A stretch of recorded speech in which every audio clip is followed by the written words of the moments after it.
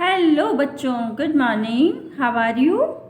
I hope you all are fit and fine. बच्चों, कल हम क्लास 7th में चैप्टर नंबर 6 रीड कर रहे थे। इसका फर्स्ट वीडियो हम पढ़ चुके थे, फर्स्ट पार्ट इसका, जिसमें कि हमने जो टेम्पल टाउन है, कैपिटल टाउन है, उनके बारे में रीड किया था कि विलेज कैसे टाउन्स बने, मेडाइवल पीरियड में टाउन कैसे सिटीज़ बन गए, ठीक है ना। और टेम्पल टाउन कैसे क्रिएट हुए। कुछ टेम्पल टाउन्स ऐसे हैं जो हमारी पिलग्रिमेज में काम आते हैं, तीर्थ यात्राओं में, इसलिए वो विकसित हुए, ठीक है। कुछ ऐसे मंदिर बना दिए गए मेडाइवल पीरियड में जो कि एक तीर्थ स्थल के रूप में फेमस हो गए और उनके आसपास टाउन विकसित हो गए, बड़े बड़े सिटीज़ विकसित हो गए, ठीक है। तो अब हम आज रीड करेंगे कि पोर्ट टाउन्स कैसे बने। पोर्ट का मीन्स जानते हो आप? पोर्ट होता है बंदरगाह, जहाँ पर हमारे ट्रेडिंग शिप्स आते हैं और जाते हैं। हमारे जो ट्रेड जो होता है ना, व्यापार, उनके सारे मालवाहक जहाज इन पोर्ट्स पर आते हैं, ठीक है। तो आप देखेंगे कि जो हमारा इंडिया का जो मैप है, क्लास में पढ़ाते समय भी मैंने आपको बताया था कि जो हमारा ये जो इंडिया है, ये जो हमारा नीचे वाला एरिया है, मैप दिया हुआ है आपकी बुक में, इसको हम नीचे वाला जो ये एरिया है, ये पेनिनसुलर इंडिया है। जानते हो, पेनिनसुलर इंडिया, क्योंकि ये हमारा 3 साइड से वाटर से घिरा हुआ हिस्सा है और एक साइड से इधर से लैंड से जुड़ा हुआ है, इसलिए हम लैंड, एक साइड से लैंड से जुड़ा हुआ हिस्सा और 3 साइड से वाटर से घिरा हुआ हिस्सा होता है, उसको क्या बोलते हैं? पेनिनसुला, ठीक है। और जो चारों ओर से पानी से घिरा होता है उसको क्या बोलते हैं? आइलैंड बोलते हैं। बताया था ना मैंने। तो ये हमारा जो साउथ वाला एरिया है, ये 3 साइड से पानी से घिरा हुआ है। इधर बे ऑफ बंगाल है, इधर अरेबियन सी है, इधर इंडियन ओशियन है। तो ये हमारा पेनिनसुलर इंडिया है ना। तो हमारा जो भी ट्रेड हुआ करता था पुराने समय में, वो इन्हीं सी पोर्ट से हुआ करता था। यहाँ पे कोराइक मंडल है, इधर पे बहुत सारे पोर्ट्स हैं, जैसे यहाँ पर सूरत है, गोवा है, बहुत सारे, विशाखापट्टनम है। तो बहुत सारे सी पोर्ट्स हैं यहाँ पर, जहाँ से हम ट्रेड करते थे। कहाँ पर? वेस्ट में और ईस्ट में, ठीक है। तो हमारा जो जनरली होता था व्यापार, वो सी रूट के जरिए ही हुआ करता था उस समय, क्योंकि लैंड रूट तो इतना लंबा चौड़ा बना ही नहीं सकते ना ट्रांसपोर्टेशन के लिए, तो सी रूट से ही हुआ करता था। तो उस कारण से हमारे यहाँ पे पोर्ट टाउन्स विकसित हुए। India is surrounded by sea on its 3 side. मैंने बता दिया आपको कि चारों 3 साइड से पानी से घिरा हुआ है। From the ancient period it has traded with Southeast Asia, West Asia, China and Europe through sea routes।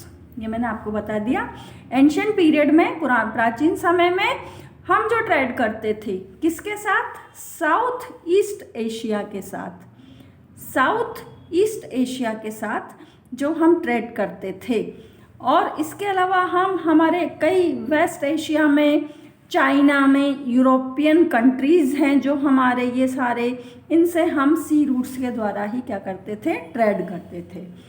To provide the service to the traders and manufacturers the goods required by them. Traders के द्वारा service provide करवाई जाती थी। Manufacturers जो होते थे, जो माल का निर्माण करते थे, जो अपने गुड्स को जिन्हें रिक्वायर होती थी उन तक पहुंचाते थे। Many workers, crafts persons settled around the ports. और इस कारण से जो भी मैन्युफैक्चरर्स होते थे, उनके पास काम करने वाले लोग, क्राफ्ट्स पर्सन जो उद्योग चलाते थे अपने छोटे मोटे बुनाई या बर्तन बनाने के या पेंटिंग के, ये सब क्राफ्ट्समैन कहलाते हैं वो लोग। सेटल्ड अराउंड द पोर्ट्स, वो सब कहाँ सेटल होने लगे? पोर्ट्स के आसपास। Besides, foreign traders including Arabs, Persians, Syrians, Christians and Europeans also settled around these ports. और जो बाहर से आने वाले जो ट्रेडर्स थे, हमारे फॉरेन ट्रेडर्स बाहरी देशों से, जैसे अरब से आते थे, पर्शियंस थे, सीरिया से आने वाले क्रिश्चियंस थे, जो यूरोपियंस थे, ये सब आकर के पोर्ट्स पर क्या होते थे, सेटल डाउन होते थे। यानी उन्होंने अपने उन पोर्ट्स के आसपास ही अपने बस्तियां बना ली थी, यानी टाउन्स विकसित कर लिए थे। इनमें से कुछ पोर्ट्स हैं Cambay, Surat, Goa, Cochin and Machilipatnam were thriving port cities. ये जो नेम दिए हैं ना हमारे नीचे, साउथ इंडिया में जितने भी हमारे सी पोर्ट्स हैं उनके नेम हैं। मछलीपट्टनम ये यहाँ पर है, सूरत ये यहाँ पर है जो गुजरात में आता है ना। कोच्चि है यहाँ पर, कोच्चि बंदरगाह का नाम जिसको हम कहते हैं। गोवा भी हमारे यहाँ महाराष्ट्र में, यहाँ मुंबई के पास है ना। तो ये सारे जो पोर्ट सेंटर्स थे वो क्या थे, थ्रिविंग पोर्ट सिटीज़ थे। यहाँ पर पोर्ट्स स्थापित हो गए और ये थ्रिविंग पोर्ट सिटीज़ हैं। ये थ्रिविंग का मीन्स यानी सुविधा संपन्न, बहुत अच्छा ट्रेड यहाँ से होता था, इसलिए सब सुविधा संपन्न थे। Ports were important for international maritime trade. और जो ये पोर्ट्स होते हैं बहुत इम्पॉर्टेंट हुआ करते हैं इंटरनेशनल मैरीटाइम ट्रेड के लिए। यानी इंटरनेशनल का मतलब अंतर्राष्ट्रीय, अंतर्राष्ट्रीय यानी हम दूसरे देशों से हमारा ट्रेड करते हैं, और मैरीटाइम का मतलब होता है समुद्री, यानी समुद्र के रास्ते जो व्यापार करते हैं। तो पोर्ट्स इसके लिए बहुत आवश्यक होते हैं। मान लो हमने हमारे यहाँ से कोई माल जा रहा है तो वो कहाँ से निकलेगा, सूरत से ही निकलेगा, या किसी भी अन्य बंदरगाह से निकलेगा, पोर्ट से निकलेगा। वो कोच्चि से भी निकल सकता है, गोवा से भी निकल सकता है, इधर मछलीपट्टनम से भी निकल सकता है। ये मछलीपट्टनम है ना इस साइड पे। तो यहाँ से ही निकलेगा हमारा माल और दूसरे कंट्री में जाएगा, और वापस भी वहाँ से आएगा तो वापस वो हमारे इन्हीं पोर्ट्स पे आएगा। तो यहाँ ये पोर्ट्स क्या होते थे, बहुत इम्पोर्टेंट ट्रेड सेंटर हुआ करते थे, क्योंकि यहीं पर हो करके अंदर हमारा सारा इंडिया में जो ट्रेड हुआ करता था, और यहीं से बाहर जा कर के अदर कंट्रीज़ में ट्रेड किया करते हैं लोग। तो इस कारण से ये trade centres international trade centres हुआ करते थे, और अभी भी हैं। The growth of trade with South East Asia and West Asia led to increasing prosperity in these towns. और इन टाउन्स की जो यहाँ पे नेम लिए ना हमने, इन टाउन्स में प्रॉस्पेरिटी बढ़ी। क्यों बढ़ी? क्योंकि यहाँ से ही हम वेस्ट एशिया के साथ और साउथ ईस्ट एशिया के साथ और यूरोपियन कंट्रीज़ के साथ अपना ट्रेड किया करते थे। तो यहाँ पे बाहरी लोग भी आते थे, काफ़ी हमारे पैसा इकोनॉमिक रूप से हम काफ़ी प्रॉस्पेरस होने लगे। ठीक है, और इस तरह से ये पोर्ट टाउन विकसित हुए, डेवलप हुए। ठीक है, समझ में आ गया टेम्पल टाउन्स कैसे बने होंगे, कैपिटल टाउन्स कैसे बने, और फिर पोर्ट टाउन कैसे विकसित हुए। अब हम पढ़ते हैं ट्रेडिंग टाउन्स कौन कौन से हैं। Foreign travellers give extensive accounts about domestic trade in medieval India. हमारे जो फॉरेन ट्रेवलर्स आए बाहर से, जैसे इब्न बतूता आया, इन्होंने अपने अकाउंट्स लिखे, अपनी बुक्स लिखी, अपने जो रिकॉर्ड्स लिखे, उनमें बड़े पैमाने पर डोमेस्टिक ट्रेड के बारे में बताया गया। The growth of market encourage trade both internal and external. और मार्केट की जो ग्रोथ है, जैसे जैसे मार्केट बढ़ता है वैसे वैसे ट्रेड क्या होता है, बढ़ता है। वो चाहे इंटरनल हो, देश के अंदर हो, चाहे एक्सटर्नल हो। Ibn Battuta had describe Delhi as a major trade centre. Ibn Battuta ने अपने अकाउंट्स में बताया कि दिल्ली क्या था, एक सबसे बड़ा मेजर ट्रेड सेंटर हुआ करता था उस समय, क्योंकि उस समय जो ऊपर वाला जो सारा पोर्शन था वो मुगल्स आ चुके थे। Superior quality rice and sugar from Kannauj, wheat from Punjab and bitter leaves from Dhar in Madhya Pradesh and their way to market of Delhi। ये जो सारी चीज़ें प्रोडक्शन हुआ करता था ना, उनका जो मार्केट था वो कौन सा था, कौन सा हुआ करता था, कहाँ पर आकर के बिकती थी वो चीज़ें, दिल्ली में। यानी जैसे इसमें बताया गया है कि जो हमारे यहाँ का सबसे अच्छी क्वालिटी का राइस हुआ करता था और शुगर हुआ करता था वो कन्नौज का था। वीट कहाँ पर, होता था पंजाब में। बीटल लीव्स होती पान के पत्ते, जो पान होता है ना चबाने वाला, खाने वाला, तो बीटल लीव्स वो होती थी धार की। तो ये सब कौन से रास्ते जाते थे? दिल्ली मार्केट तक। Caravans around at Peshawar with goods from the Deccan. Peshawar से गुड्स आता था, डेक्कन से। Gujarat, Multan and other parts of India, सभी जगह से गुड्स आता था। Lahore was also an important trading city, और उस समय पाकिस्तान भी हमारे साथ ही था, तो लाहौर भी एक इम्पॉर्टेंट ट्रेडिंग सिटी हुआ करता था। द इम्पॉर्टेंस, अब देखो मोर टू नो में क्या दिया हुआ है, इसको भी देख लेते हैं। The importance of these towns change in the course of time. In towns की जो इम्पोर्टेंस है वो जैसे जैसे समय निकलता गया वैसे चेंज होती रही। सम towns like Ahmedabad in Gujarat gradually became the important commercial cities, while the importance of the cities like Tanjavur in Tamil Nadu significantly declined. जैसे जैसे समय निकला तो अहमदाबाद जो था, जो कि अभी गुजरात में है, वो एक अच्छे कॉमर्शियल सिटी के रूप में विकसित हो गया। और जबकि जो तंजावुर है तमिलनाडु में, तंजावुर जो उस समय राजा, जो हमारे विजयनगर की ये जो साउथ साइड में जो विजयनगर राज्य हुआ करता था, उस समय राजा विजयवर्धन, राजराजेश्वर, इनके समय में बहुत काफ़ी फेमस रहा ये ट्रेडिंग सेंटर रहा तंजावुर। लेकिन धीरे धीरे ये डिक्लाइन को प्राप्त हो गया, यानी खत्म हो गया। Similarly Murshidabad in West Bengal rose to prominence a centre of silk. उसी तरह से मुर्शिदाबाद जो कि बंगाल में, वेस्ट बंगाल में, वो वहाँ पर सिल्क सेंटर था। पहले सिल्क का बड़ा ट्रेड हुआ करता था, बंगाल की सिल्क बहुत प्रसिद्ध थी। तो बाहरी देशों में ब्रिटिशर्स आए हमारे यहाँ पे, तो हमारे यहाँ से ही ट्रेड किया करते थे वो सिल्क का। और धीरे धीरे also it become the capital of Bengal. उस समय मुर्शिदाबाद क्या था?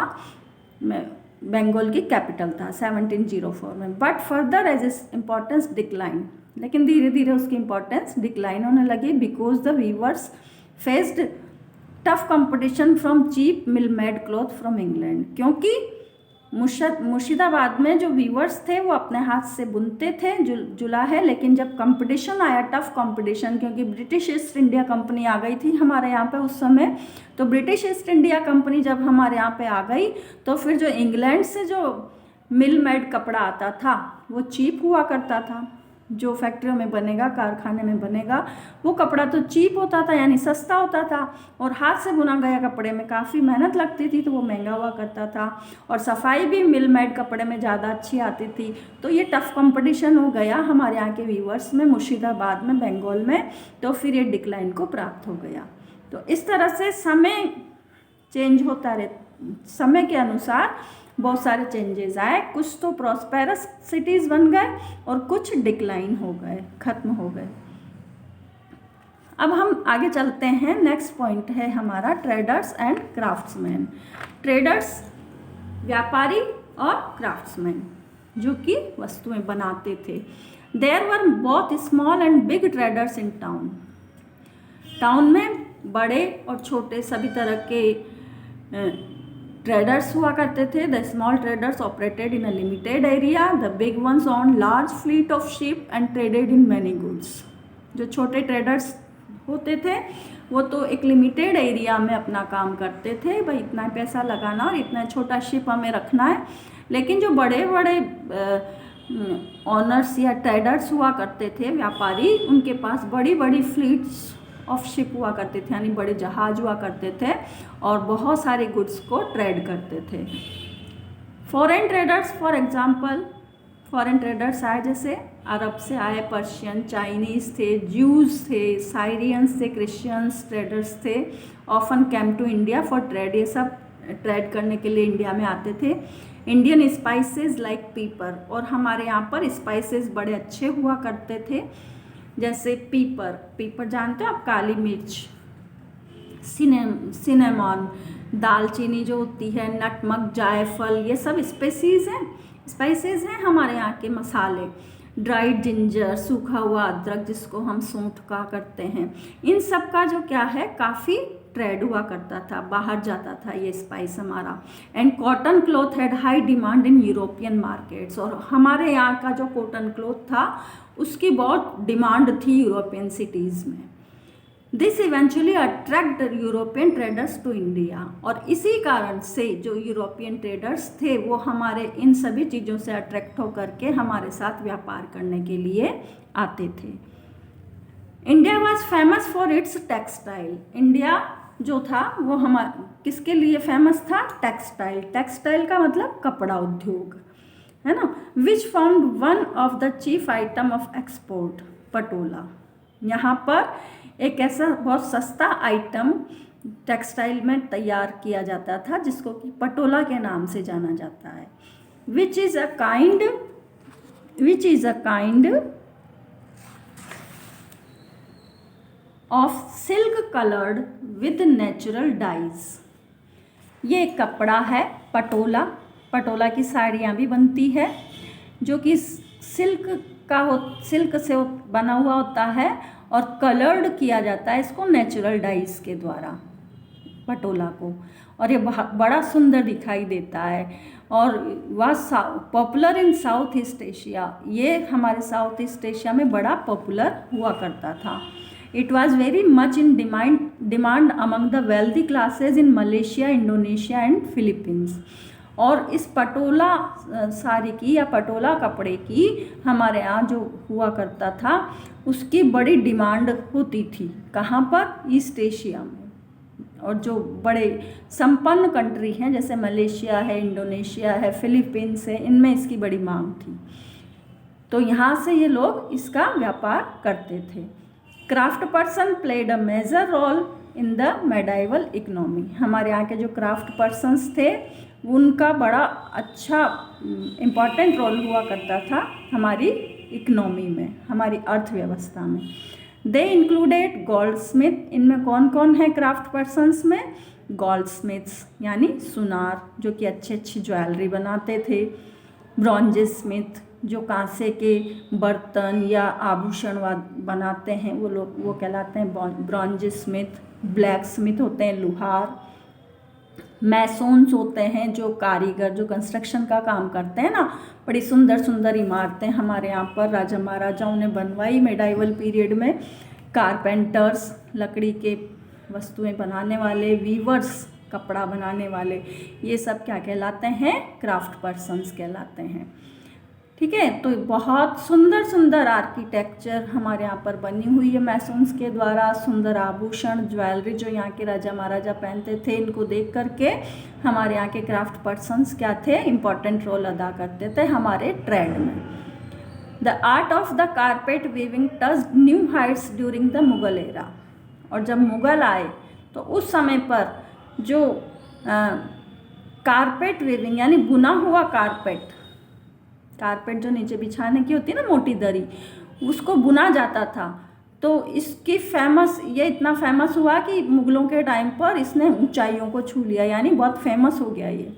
The carpet depicted either animals in combat of flowers. और इस पर किसका चित्रण किया जाता था कारपेट पर? या तो एनिमल्स का या फिर फ्लावर्स का। The flowers were woven so carefully. Flowers को इस पर बड़े सुंदर तरीके से बुना जाता था। That they could be easily identified, जिससे कि उन्हें आसानी से आइडेंटिफाइड किया जा सके।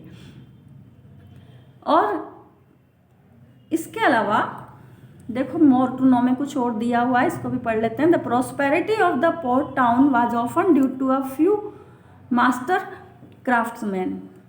पोर्ट टाउन्स में समृद्धि आई और वहाँ के जो मास्टर क्राफ्ट्समैन थे बहुत सारे, they took many apprentice and trained them from the early age. उन्होंने बहुत सारे अपने सहयोगी रखे और उनको ट्रेंड किया।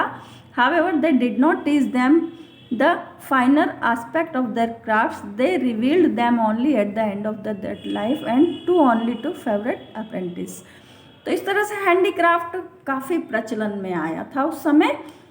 थोड़ा सा ये इतना सा पैराग्राफ और पढ़ लेते हैं, फिर अगले वीडियो में पढ़ेंगे आप। Handicraft articles that were patronized by the Mughal displayed a remarkable refinement of workmanship. Handicraft item जो होते हैं आर्टिकल्स, उनको मुगल जो राजा आए उन्होंने बड़ा संरक्षण दिया और उससे क्या हुआ, वर्कमैनशिप पैदा हुई। They were influenced by Persian and indigenous painting tradition. The artist prepared design on paper which were executed by the craftsman. The designs were assigned to different craftsmen according to their abilities and skill। यानी craftsman क्या करते थे, paintings आदि को, traditions को paintings पर उकेरा करते थे और बड़ी सुंदर डिज़ाइनें बनाया करते थे मुगल टाइम पर। The craftsman and traders organise themselves into guilds which help them to produce different articles of great quality.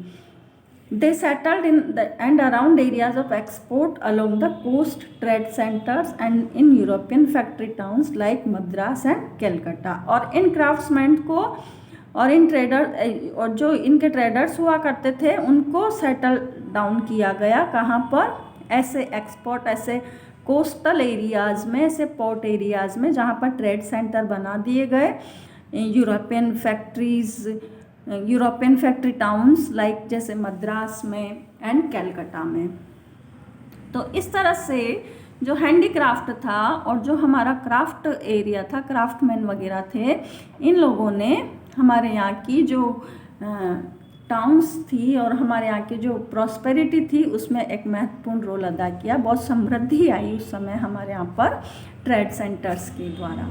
तो ये हमारा सेकंड पार्ट इस वीडियो का यहाँ पर ही कंप्लीट करते हैं क्योंकि काफ़ी लंबा हो जाएगा और हो सकता है अभी बोर हो सोशल स्टडी को पढ़ के। तो जितना सा आज पढ़ाया गया है इसको घर पे फिर रीड करें और समझें, ठीक है। फिर हम कल कैसे स्टडी पढ़ेंगे जिसमें हम 3 सिटीज़ के बारे में पढ़ेंगे, हम्पी, मछलीपट्टनम और सूरत। ये तीनों आपके सिलेबस में।